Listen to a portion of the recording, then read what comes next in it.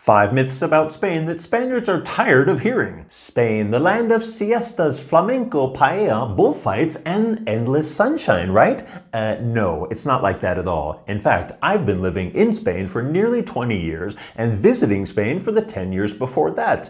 And I've heard all the clichés. The truth, most of them are either outdated, exaggerated, or just flat out wrong. So in this video, I'm breaking down the 5 most common myths that people believe about Spain and why Spaniards are totally and understandably fed up with them. Myth number 1. Everyone takes a siesta every day. The classic siesta. Yes, it is a thing historically, but these days, very few people can afford to take one. I live here. People work, people commute, people raise their kids. And they just don't. They just can't take a nap after lunch. Most people I know would love to take a nap after lunch, but a busy Monday through Friday work week just doesn't allow it. Weekends, on the other hand, are a different story. There's nothing better, nothing richer, nothing sweeter than taking a 1 or 2 hour nap after a big family meal. But that's just me. I know my Spanish family and we love taking siestas after a weekend lunch. Maybe napping is an age-related thing, I'm not so sure. A nap is a nap and a siesta is a siesta. They're the same thing, aren't they?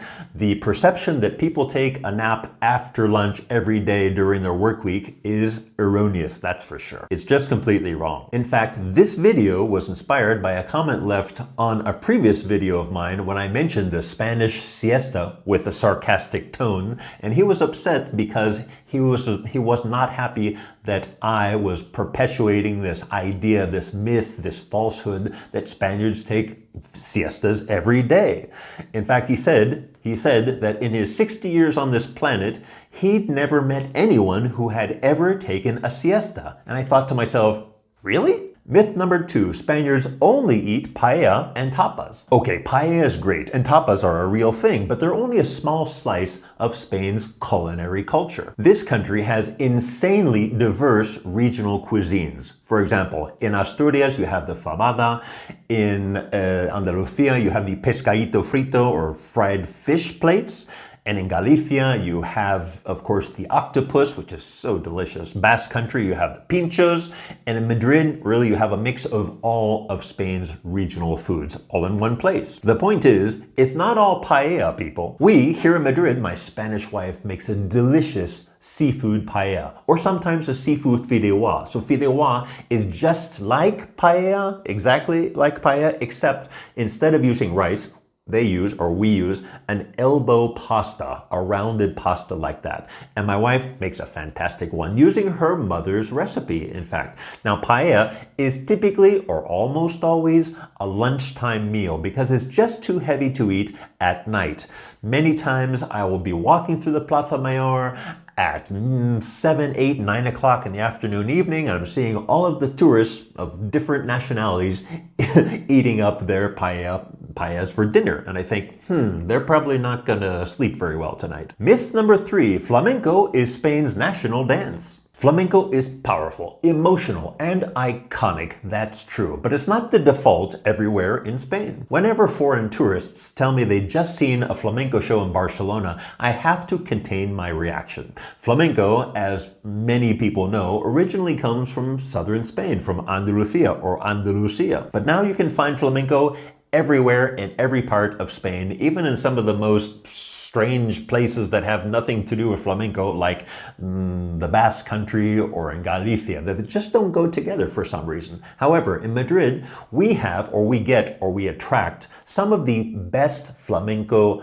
artists, performers in the entire country. Why is that? Well, Madrid has a lot of tourism, that's true, and tourists have a lot of money, so they can pay the high prices to go see the best performers. So they attract these tablaos, the places where they perform flamenco. They can attract the best talent from many places in the country. I, Madrid man, have seen probably dozens of flamenco shows right here in Madrid, and I just love flamenco. You're not surprised, are you? But not just the dancing, also the singing, the guitar playing, the accompaniment. It's really fascinating, part of a historical aspect of the country that I love so much. But flamenco isn't dead, really. Some people think, that's just for tourists, and that's not really the case. There are a lot of flamenco rock fusion artists, performers that are putting out some really good flamenco-based foundation music for young people, and they like it. I even have some coworkers who study or have studied flamenco, and they just love it. In fact, my sister-in-law studied flamenco when she was in her teens, early 20s, and apparently she was really quite good. But Spain has other dances, other rhythms, other vibes that you can find in different regions of the country. If you know about a traditional regional dance, please let me know about it in the comment section below. Myth number 4, Spain is always sunny and warm. Many people come to Spain expecting sun, sangria, siestas, and beaches year-round. Spoiler alert, northern Spain is cold, cloudy, but super green. Think Ireland. I've even heard stories of British people moving to northern Spain only to be depressed to have as many cloudy, rainy days as they had back home. So I guess that's why those who have money, they move to the Costa del Sol, where the weather is so much better. In fact, Spain is coming off its rainiest springtime in maybe forever. We've had flooding throughout the country, lots of damage done. In fact, we were even sent home from work one day because there was a threat that the Rio Manzanares, the Manzanares River that passes by Madrid, was going to overflow its banks and cause terrible havoc. Myth number 5, Spain equals Mexico, right? This one is awkward, and I have to admit I feel a bit embarrassed for some of my countrymen, but many people in the world, not just from the United States, they confuse Spain with Mexico, or they think they're the same place. Different countries, different continents, different cultures, different histories, different accents. And no, they don't celebrate Cinco de Mayo or eat tacos every day. They just don't.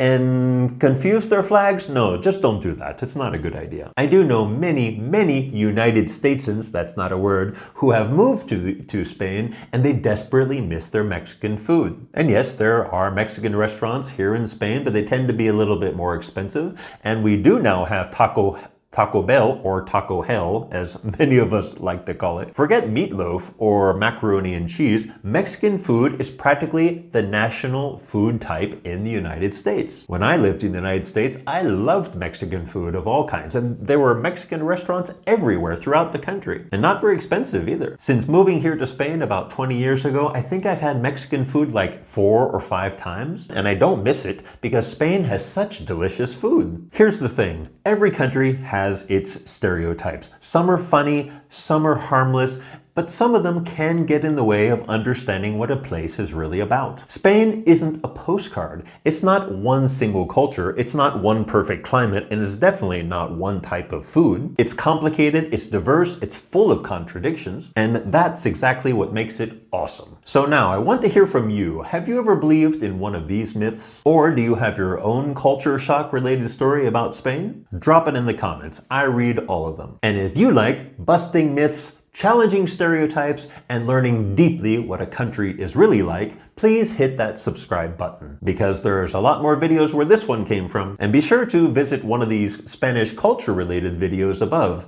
I think you'd like them. This is your friendly neighborhood Madrid man saying ciao for now, hasta la próxima, and thank you for watching. And finally, don't believe everything you hear.